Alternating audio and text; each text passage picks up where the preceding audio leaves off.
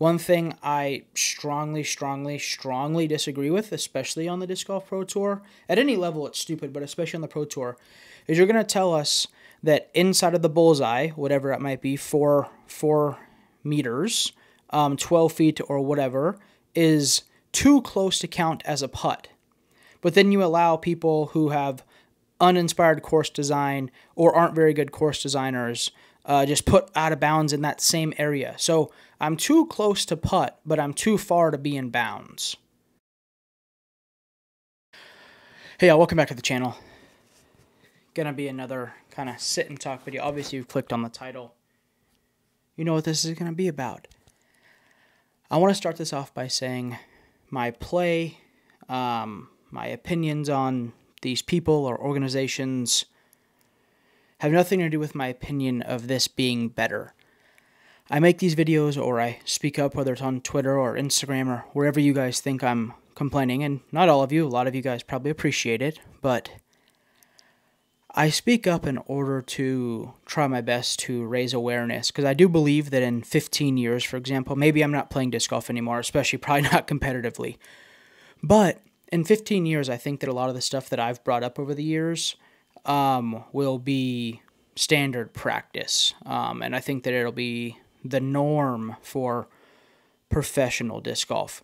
I remember I played a tournament, like one of my first years on tour, and I was like complaining that there's no water on the course, and maybe it was Minnesota, and I was like, there's no water, and the TD literally told me, well, bring water. What do you mean? I'm like, it's a 4-hour round and it's 100 degrees, like, you can't, well, bring enough water. And that was like the norm. And like that person, when they told me that, it wasn't wrong. That was the normal thing for disc golf. Now you go to even I've played B tiers where they have water on the course, coolers, ice, all that stuff.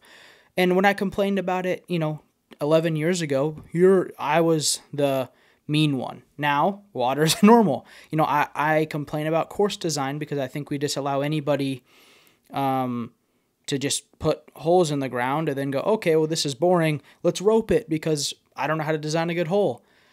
So moral of my story here is I think I've been harsh on the Disc Golf Pro Tour. I've been harsh on the PDGA at times. I've been harsh on some of the people that design or run some of these events.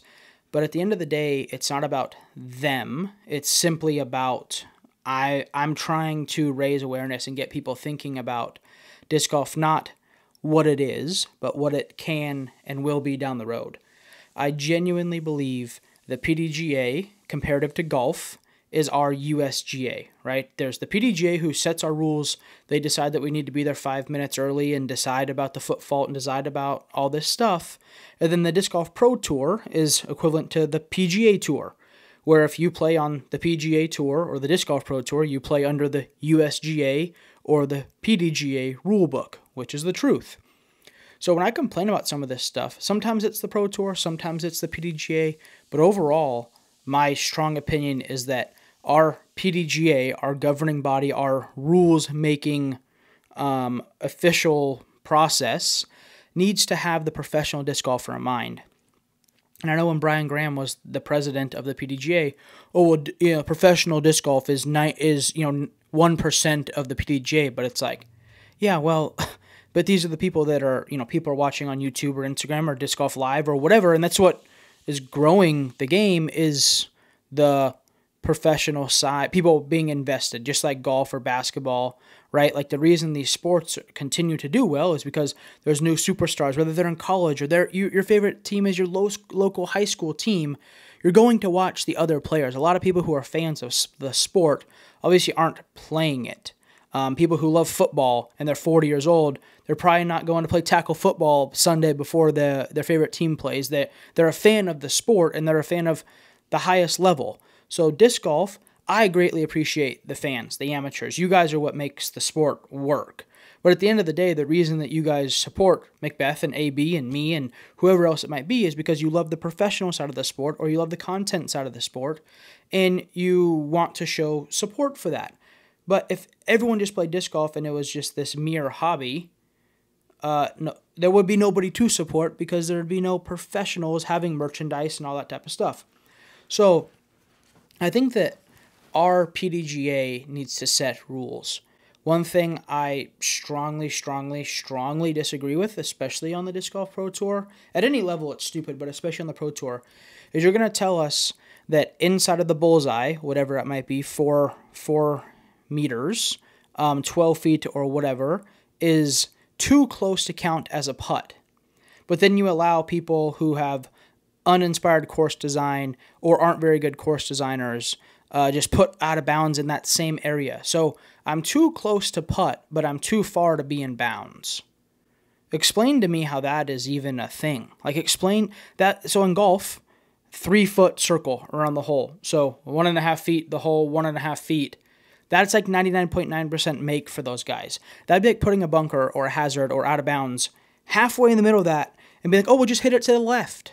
Like, that's not how a sport works. You don't just get to design bad holes and then be like, well, we're going to put 9,000 feet of rope on this hole, then put the green on hay bale, or put the basket on hay bales, and then put the out of bounds 2 feet away. Like, that's not the sport. The sport, like, you don't get to do whatever you want and then be like, well, it's hard, everyone has to play it. Like, the whole everyone has to play it argument is horrible. Just because the situation sucks doesn't mean that someone should be in it. Just because of whatever doesn't mean that that's okay. That bad course design will be gone out of our sport. There will be the Pro Tour, the PDGA, or somebody will be like, hey, we want our events to be well ran. We want the players to enjoy them. I mean, a lot of the players, since everyone's come back from Europe, are just complaining about the courses and the courses and the courses and, how it's unfair, it's too far, blah, blah, blah, blah, blah. But at some point, the sport is going to realize, okay, we need to have official course designers. We need to have official rules. Just like in golf, there's a calculation for slope and green speed. So if the green is rolling at X pace, the hole cannot be on X slope because it's unfair. The Masters tournament in golf, they spend like a month going around the course to their 4 pin, Thursday, Friday, Saturday, Sunday pin locations, and they putt on it, different conditions, the sun, the rain, this temperature, the humidity, whatever, to make sure that the holes are fair, because that's what USGA requires. Disc golf is the exact opposite.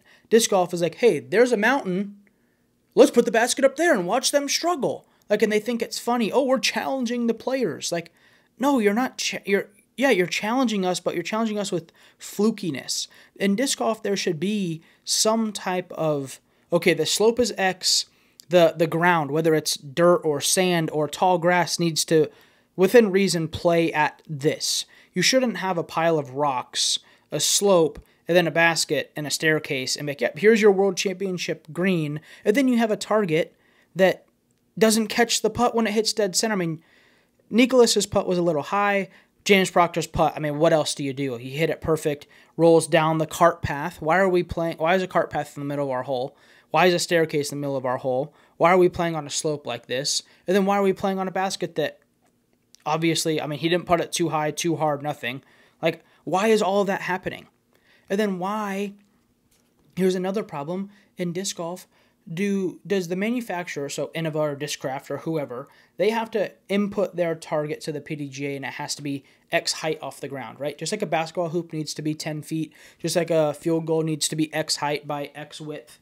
Why does the course designer get to go, okay, yeah, I was lazy on this hole, let's just make the basket elevated?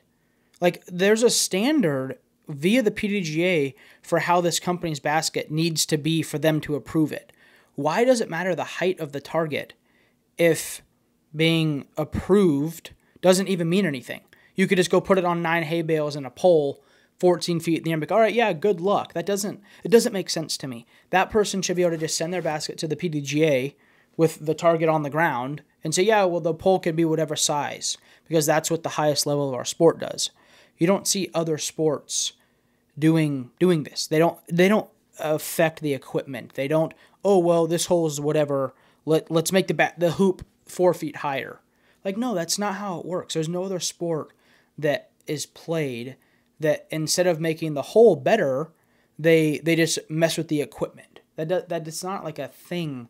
Like, if your goalie in soccer is super small, the goal doesn't get smaller so the other team doesn't have an advantage. Like, you have to get a bigger goalie, or which would be designing a better hole, or, it is what it is. You're going to get scored on.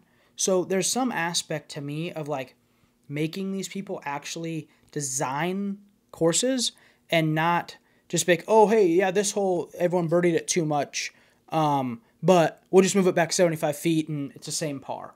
That doesn't make sense. Or when you design a par 5 and then everyone, it plays a little bit under par and you're like, oh, we'll just name it a par 4 now. It's like, that's not how, like, sport, you don't just get to be like, oh, well, it was too easy, we'll just change this. It's like, if you go play Waco from when Macbeth shot 18 under till now, 18 under is not even feasibly possible now. And the course, within reason, hasn't changed. If anything, it's grown in more and gotten less easy. And they've lowered the par by like 3 or 4 strokes. Like, what are we accomplishing? Just design better holes. If you want your course to be harder, design a better course.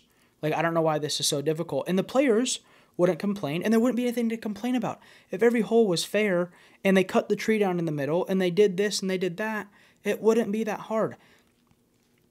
I just think that at some point, the PDGA, our governing body, which is above the Disc Golf Pro Tour, needs to make rules. The basket needs to play at this height from the ground. Now, if you want to put it on a cone, and then that, put it on top, sure. You want to put it in depression and put it in the ground, sure. But like from the target to the base of the bottom of the target to the earth needs to be X distance. The hole needs to be X distance from out of bounds. You should never be 8 feet from the pin and out of bounds. That's uber punishing. I threw a shot at the World Championship from 400 feet away into a headwind with the putter. Was literally 2.5 steps from the pin, and I was out of bounds. It's like, what am I getting penalized for? Like, I threw the disc from 400 feet to 7 feet, 8 feet, and I'm getting penalized. That doesn't even make sense. So I think my moral of this whole story is simply the PDGA needs to take it more serious in creating rules and regulations for then C tiers, B tiers, A tiers, and the Disc Golf Pro Tour to hold their event staff and people accountable. There should be no reason that every single tournament director gets to, within reason, do whatever they want to do. And then you argue about like Ledgestone having, you're teeing off of a sidewalk on hole 1, and then concrete on hole 2, and then, there's like turf tee pad out there somewhere. You're teeing from a bridge. There's like 4 or 5 teeing surfaces, and I'm not exaggerating. If you aren't a fan of disc golf and go watch Ledgestone, Lake Eureka. There's like 5, and they give a waiver for this teeing surface thing. Oh, and it's like, why does this get a waiver? Like that shouldn't be allowed. You shouldn't be allowed to just have whatever teeing surface you want. When at the tournament in Florida, at Macbeth's course, they're like, oh, you have to have this tee. It has to be turf. It has to be level. It has to be this. And they made Paul and his crew spend hours and thousands of dollars to like make these tee pads Pro Tour official. And then they just give a waiver to Ledgestone for us to play on 5 different surfaces. And like the baseball field hole, the tee pad literally goes like this. And then you're throwing over and around a baseball field, over a road that people are driving on, where like hole 1, you could literally get hit from the disc. It doesn't make sense. At some point, we have to put a stop to it. At some point, people need to be held accountable. At some point, if the sport is going to grow to the point we all want it to grow to, there's going to have to be a little bit more repetition in us following fairness of play rules. And like people, call me a complainer. You probably will. You're in the comments right now. Oh, he always just complains. He sucks. Whatever. Say what you want. The best players in the world are also complaining about this stuff. I have a phone full of texts from people going, oh man, great video. I loved it. I agree. Or people, texting me about how bad the course is this week. And of course, they're the top 5, top 10, top whatever player in the world. They're not going to go complain, because that's what it's viewed as in disc golf. But they're saying the same things I am. Maybe I'm the voice, or maybe I'm, whatever. But at the end of the day, I'm not alone. If I had this conversation with 100 of the top players, 93 of them are going to agree with me. So either way, let me know what you guys think down in the comments. Thank you guys so much for tuning in. We'll see you in the next one.